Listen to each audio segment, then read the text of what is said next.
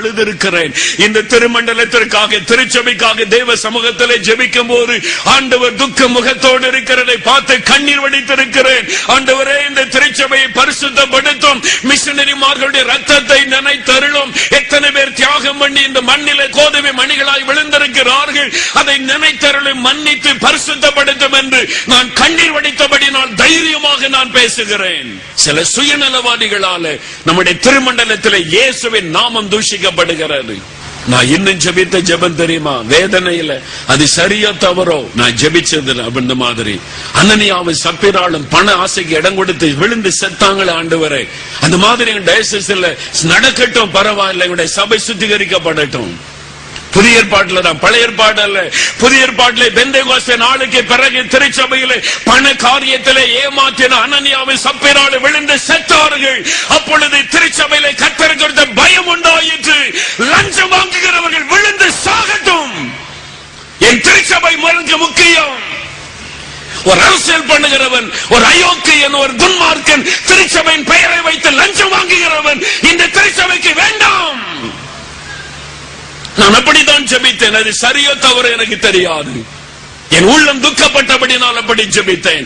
இயேசுவின் நாமம் தூஷிக்கப்படும்படி நடக்கிற ஒரு நிர்வாகஸ்தன் எதற்கு இந்த திருச்சபைக்கு?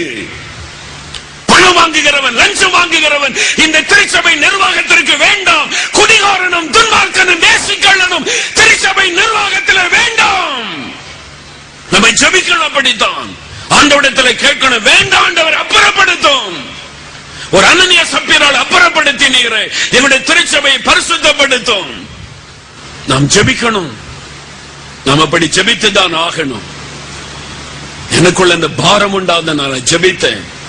ஒரு நாள் ஆண்டவர் சொன்னார், மகனே, ஆண்டவரை இவ்வளவு நாள் நாங்க ஜெபிக்கிறோம், 7 வருஷமா இன்னும் கோர்ட்டு கேஸ் வழக்கு திருச்சபைக்கு விரோதமா இப்படிதான் நடக்குது. ஆண்டவர் சொன்னார், என் பட்டயத்தை நான் கருக்காக்கி கொண்டிருக்கிறேன், என் பட்டயத்தை நான் கருக்காக்கி கொண்டிருக்கிறேன்.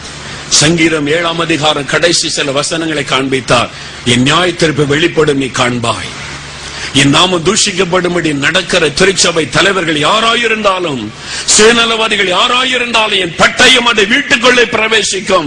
இன்றைக்கு நான் இயேசுவின் நாமத்தில் தீர்க்க தரிசனமாய் சொல்லுகிறேன், எழுதி வைத்துக் கொள்ளுங்கள். இனிமேலும் திருச்சபைக்குள்ள அரசியல் பண்ணுகிறவர்கள், பணம் சம்பாதிக்க நினைக்கிறவர்கள், லஞ்சம் வாங்குகிறவருடைய வீடுகளுக்குள்ளே தேவனுடைய பட்டயம் பிரவேசிக்கும்.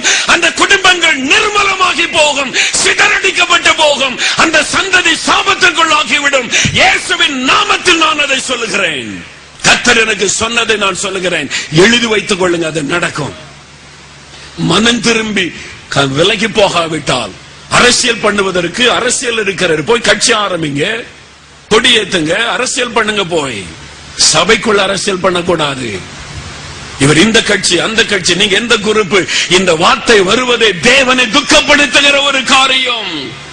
தேவனை விரும்பவில்லை. சபை ஒரு குடும்பம், இயேசுவின் ரத்தத்தினால் கழுவப்பட்ட ஒரு குடும்பம், இயேசுவை தலைவராக கொண்ட ஒரு குடும்பம். அந்த சபைக்குள்ளே அரசியல், அந்த சபைக்குள்ளே அநியாயங்கள், அந்த சபைக்குள்ளே கேடான காரியங்கள், இதெல்லாம் நம்ம ஜெபிக்க வேண்டிய காரியம். சபைக்குள்ள எப்படிலாம்